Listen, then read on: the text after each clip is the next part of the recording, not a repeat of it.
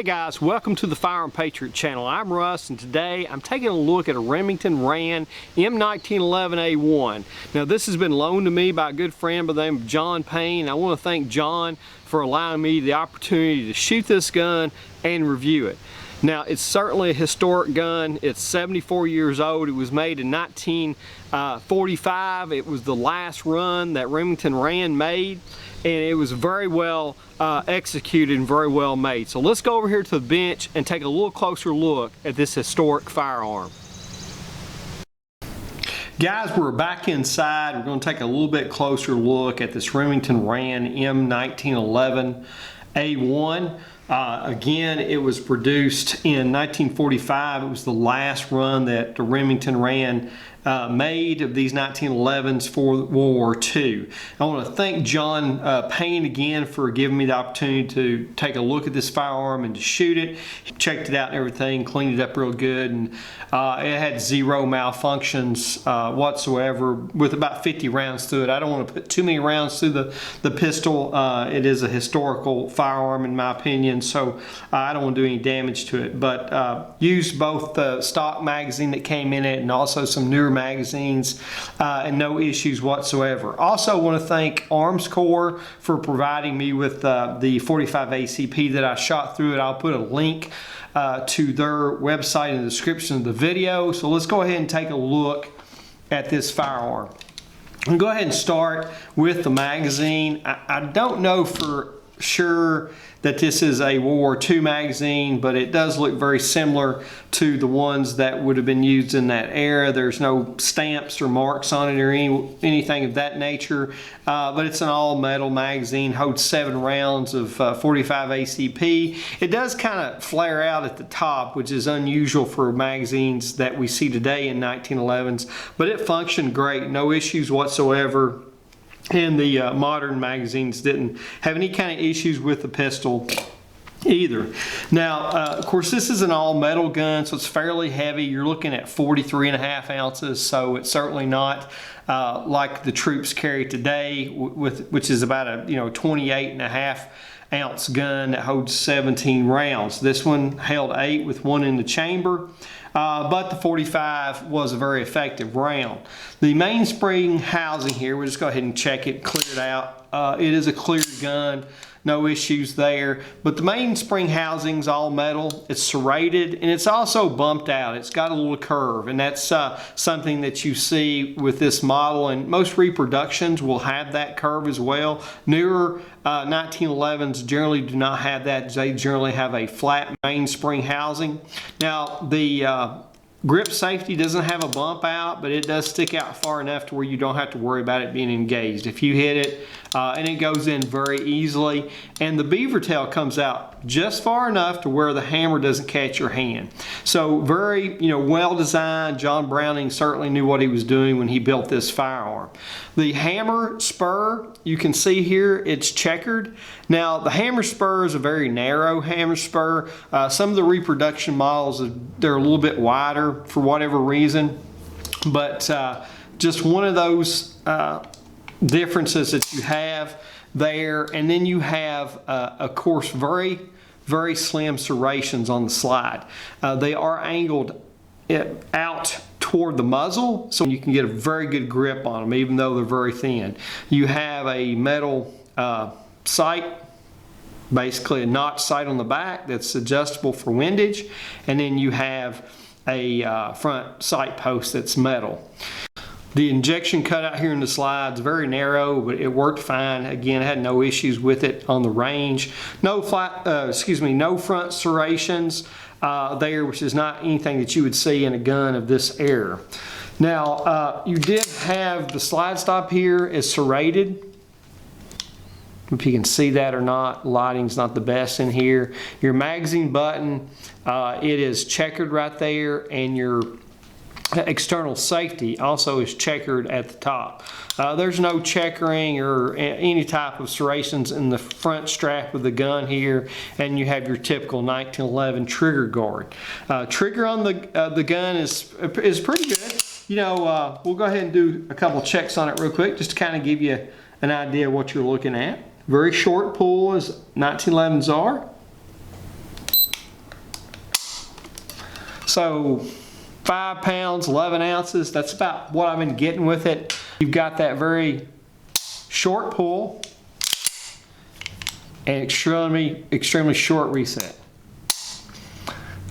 So very, very nice gun. You've got a barrel here. This is a high standard barrel in this particular model, and it's marked HS just above the lug.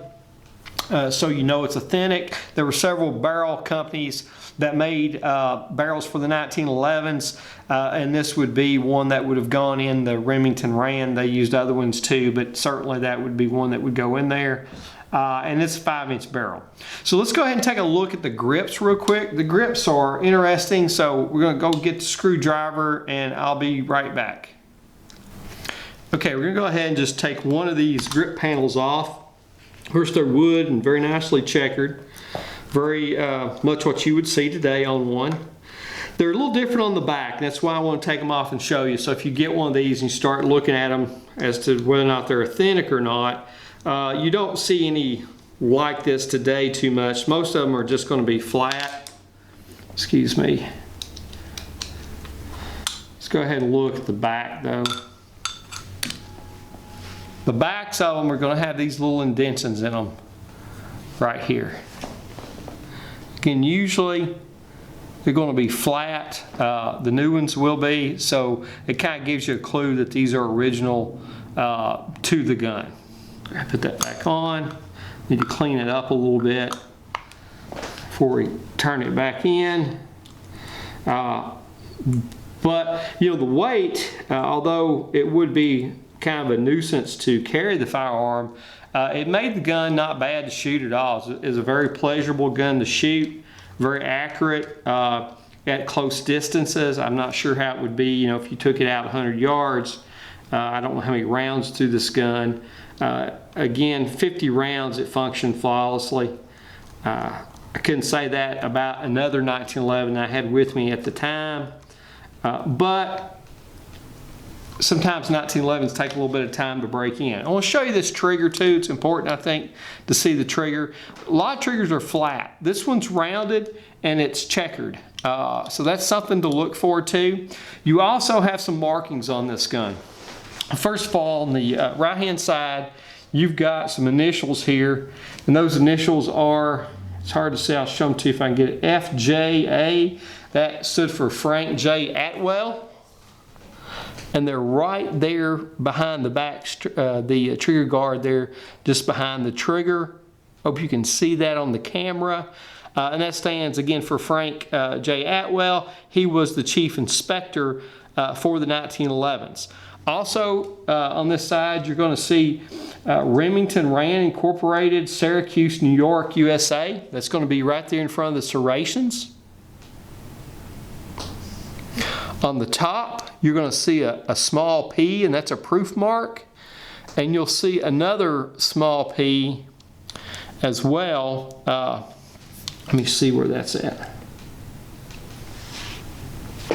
Right here below the magazine button, magazine release, okay? And the thing about the P's is that they need to be the same size, because different companies use different size of P's, and they may have used different sizes during different production runs. So if your P on the top of the slide and the P down here on the frame are different sizes, that may mean that the slide and the frame were not originally matched up. So that's something to take a look at.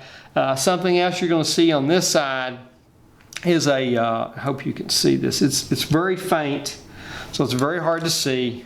But you're going to see the Ordnance Department stamp right there. And it's two basically cannons crossed. You're also going to see right down here, you're going to have, it's going to say United States Property, and you're going to have the inventory number on the gun. And then you're going to have M1911 A1 right there, and that says U.S. Army on it. So those are things you need to look at. Now there's a number right here, it's a 5. I'm not sure what that is. I'm going to put a link to a 1911 website in the description of the video where you can go and check out information. It's a very good site. It'll tell you about, when the guns were manufactured based on serial numbers, how they were different on that particular, production run versus different ones, and they talk about all the different manufacturers. So there are multiple manufacturers who made 1911s. This one here in particular was supposed to be one of the best 1911s that were made by Remington Rand. They were just known for being second to none in the production of the 1911. So I'm very thankful again to John Payne for allowing me to do this. If you like this video, please share it and like it, and subscribe to the channel for more like it. And I appreciate you sticking around and watching. And with that being said, this is the Firearm Patriot. Till next time, God bless America.